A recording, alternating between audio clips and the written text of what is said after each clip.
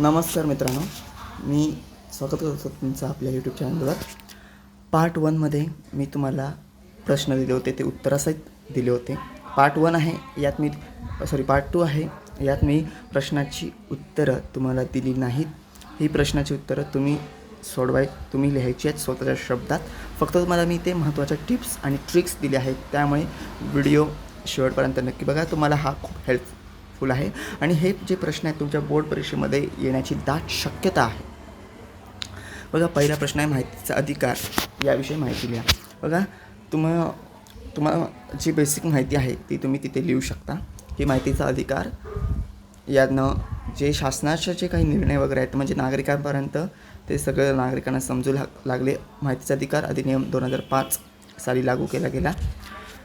प्रस्तावना, समारोह, मुख्य उत्तर आणि समारोप या अंतर्गत तुम्हाला हे म्हणजे या पद्धतीने तुम्हाला उत्तरं लिहायची आहेत आणि आकर्षक लिहायची आहेत. या प्रश्न विचारला आहे 1 आणि उत्तर लिहितं 1 असं करू नका. त्या प्रवाहामध्ये राहावा, प्रवाहापासून लांब जाऊ नका.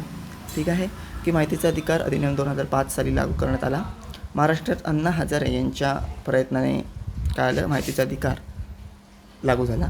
यामुळे शासनाची जी गोपनीयता आहे ती कमी होऊ लागली, म्हणजे जे शासनाचे जे निर्णय आहेत ते नागरिकांना समजू लागले. असं तुम्ही तुमच्या शब्दात लिहू शकता. मी इथं तुम्हाला थोडक्यात सांगितलं आहे. तुम्ही पुस्तकाचा आधार घेऊन किंवा तुमच्याकडे टार्गेट पब्लिकेशनचे गाईड IQB असेल, इम्पॉर्टंट क्वेश्चन बँक असेल किंवा 21 अपेक्षित असेल तर ते तुम्ही रेफर करू शकता आणि त्यानुसार तुम्ही त्याचा आधार घेऊन तुम्ही लिहू शकता. हे मी तुम्हाला आपल्या शब्दात सांगितलं आहे. ठीक आहे. पहिल्या महायुद्धाची कारणे. बघा, पहिलं महायुद्ध घडण्यासाठी अनेक कारणे आहेत, ते तुम्हाला तिथे विस्ताराने लिहायचे आहेत. पण प्रस्तावनेमध्ये पहिलं महायुद्ध कधी सुरू झालं, त्याचे थोडक्यात परिणाम आणि त्याची पार्श्वभूमी लिहायची आणि मग कारणं लिहायला सुरुवात करायची आहे. आता शीतयुद्ध म्हणजे काय, शीतयुद्धाची वाटचाल स्पष्ट करून त्याचे परिणाम लिहा. आता शीतयुद्ध जे आहे म्हणजे प्रत्यक्षात युद्ध नाही, म्हणजे युद्ध होणार. ओके, युद्ध होईल असं काय म्हणतात ते, अशी एक वातावरण तयार होतं, पण प्रत्यक्षात युद्ध नाही. त्याला शीतयुद्ध असे म्हणतात. शीतयुद्धाची वाटचाल कशी झाली, त्यामध्ये तुम्हाला शीतयुद्धाची पार्श्वभूमी, कारणे, परिणाम, वाटचाल, त्याचे परिणाम आणि वाटचाल स्पष्ट करायची आहे त्याची. त्यामध्ये शीतयुद्धाची पार्श्वभूमी, त्याचे कारणे आणि मग त्याचे शेवटी परिणाम. दुसऱ्या महायुद्धाची कारणे लिहा. दुसरं महायुद्ध, हिटलरची आक्रमकता, कम्युनिस्ट राष्ट्र, हिटलरची आक्रमकता, कम्युनिस्ट राष्ट्र. ते तुम्ही पुस्तकात बघा. माझ्या माहितीप्रमाणे कम्युनिस्ट राष्ट्र, हिटलरची आक्रमकता होती. परत अजून काही कारणे आहेत दुसऱ्या महायुद्धाची. मग काय करायचं, प्रस्तावना लिहायचे, उत्तर लिहायचे. प्रस्तावनामध्ये पण तेच, पहिल्या महायुद्धाचं पार्श्वभूमी, मुख्य उत्तर. मग दुसऱ्या महायुद्धाची कारणे. ठीक आहे. ते लिहिताना पहिलं कारण काय लिहायचं, हिटलरची आक्रमकता. हिटलर जो आहे त्याची आक्रमकता हे दुसऱ्या महायुद्धाचं कारण ठरलं होतं. तुम्ही तुमच्या शब्दात विस्तार करून लिहायचं आहे. मी ते मोजकेच महत्त्वाचेच पॉईंट इथे दिले आहेत. माहितीच्या अधिकारामध्ये परत एकदा सांगतो महत्त्वाचे पॉईंट्स काय. माहितीच्या अधिकारामध्ये माहितीचा अधिकार हा 2005 अधिनियम म्हणजे 2005 साली लागू झाला. महाराष्ट्रात लागू करण्याचे अण्णा हजारे यांचे प्रयत्न होते. नंतर लिहायचं आहे, यामध्ये काय होतं, शासनाची जी गोपनीयता आहे, म्हणजे शासन जे निर्णय घेते ते नागरिकांना समजू झाले, तर त्याची थोडक्यात गोपनीयता कमी झाली. हे असं तुम्ही, हे मी महत्त्वाचे मुद्दे, हे महत्त्वाचे कीवर्ड्स आहेत. ठीक आहे. ते तुम्ही परीक्षेत यूज करायचे आणि त्याचा विस्तार करायचा आहे. ठीक आहे. तर बोर्ड परीक्षेत होण्याचं महत्त्वाच्या टिप्स इथे लिहितो. प्रश्नातील कीवर्ड ओळखा. मी तुम्हाला सांगितलं की जे कीवर्ड्स आहेत ते तुम्ही ओळखायचे आहेत. कीवर्ड्स अंडरलाईन करायचे आहेत. त्यामध्ये कीवर्ड्स अंडरलाईन करताना काय करा, त्याचा विस्तार करा, म्हणजे कीवर्ड्स अंडरलाईन करून ठेवा आणि मग ते कीवर्ड्स वापरून त्याचा विस्तार करायचा. सविस्तर, स्पष्ट, कारणे, परिणाम यातले फरक समजून घ्या. तर काय म्हणतात, काय जण काय करतात, स्पष्ट करा विचारलं असताना ते परिणाम लिहून येतात. तसं करू नका. त्याच्यातला फरक समजून घ्या. 8 मार्कासाठी किमान 5 ते 6 मुद्दे लिहा. 8 मार्कासाठी जर प्रश्न असेल तर किमान 5 ते 6 मुद्दे लिहिणे अपेक्षित आहे. आता मी तुम्हाला इथे महत्त्वाचे मुद्दे सांगितले आहेत, त्याचा विस्तार करा.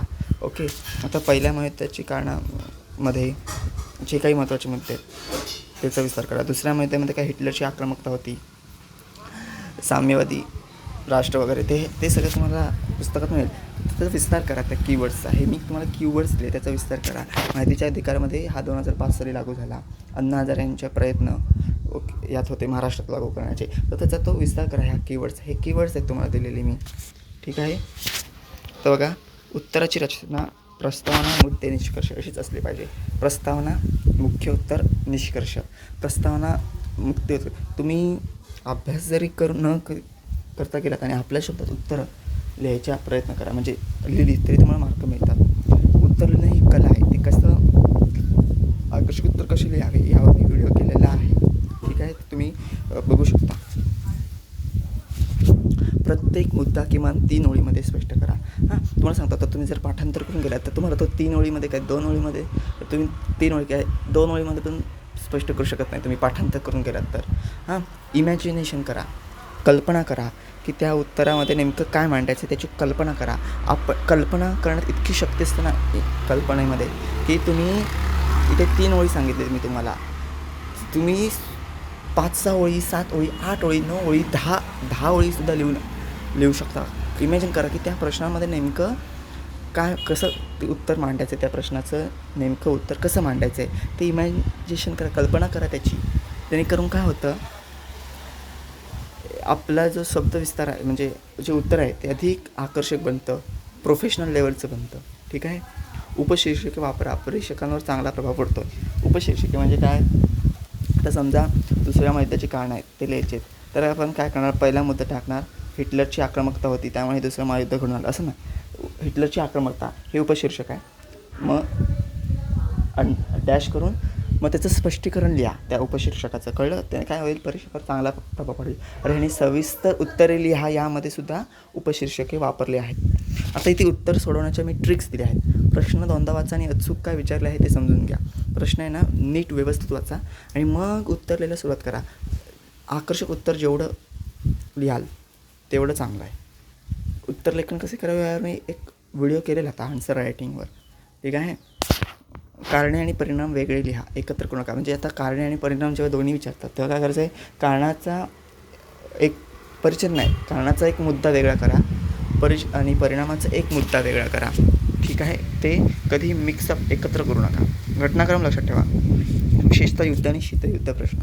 आता काय बरेचसे जण काय करतात, घटनाक्रम त्यांचा उलटसुलट करतात. तर काय करा, प्रस्तावनेमध्ये तुम्हाला घटनाक्रम लिहावाच लागणार आहे. प्रस्तावनेमध्ये किंवा मुख्य कारणामध्ये तुम्हाला जर कारण विचारलं दुसऱ्या मुद्द्याची कारणे, मग कोणत्या साली कुठली घटना घडली, मग दुसरं महायुद्ध घडून आलं, ते सुद्धा तिथे तुम्हाला लिहायचं गरजेचं आहे. त्यामुळे घटनाक्रम हा चुकवू नका.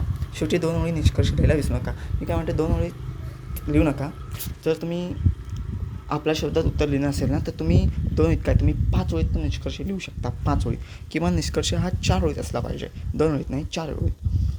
तुमच्याकडे जर शब्दसंग्रह, शब्दाचा साठा, तुम्हाला उत्तर प्रोफेशनल लेवलचं लिहिता येते, उत्कृष्ट दर्जाचं उत्तर लिहिता येतं त्या प्रश्नासंबंधी, तुम्हाला तुमची वाचन चांगलं आहे त्या एखाद्या विषयाबद्दल, तर तुम्ही व्यवस्थित लिखाण करू शकता. वेळेचे नियोजन करा, एका प्रश्नासाठी जास्त वेळ घालू नका. आता time management is the most important part in exam. तो तुम्हाला वेळेचे योग्य नियोजन करायचं आहे. तुम्ही स्वतःच्या शब्दात उत्तर लिहा आणि ते पण लिहिताना मोजक्याच शब्दात लिहा. जेवढ्या शब्दात विचारले तेवढ्या शब्दात. त्याने काय होईल, वेळेचं तुमचं एक टाईम वेस्ट नाही जाणार. काय करतात, 15 शब्दात 35 शब्द विचारले तर हे जास्तच लिहितात. जितना पूछा है उतना लिखो. म्हणजे जेवढं विचारलं आहे तेवढंच लिहा, मोजकंच लिहा, पण उत्कृष्ट दर्जाचं प्रोफेशनल लिहा. ठीक आहे, त्याने काय होईल, तुमचा वेळ पण वाचेल, वेळ फुकट जाणार नाही आणि पुढच्या प्रश्नांना तुम्हाला वेळ देता येईल. ठीक आहे, या होत्या टिप्स आणि ट्रिक्स आणि काही महत्त्वाचे प्रश्न जे तुमच्या बोर्ड परीक्षेला 100% विचारू शकतात. ठीक आहे, तुम्ही माझ्या चॅनल अद्यापही सबस्क्राईब केलं नसेल तर लवकरात लवकर माझं चॅनल सबस्क्राईब करा. धन्यवाद, भेटूया पुढच्या व्हिडिओमध्ये.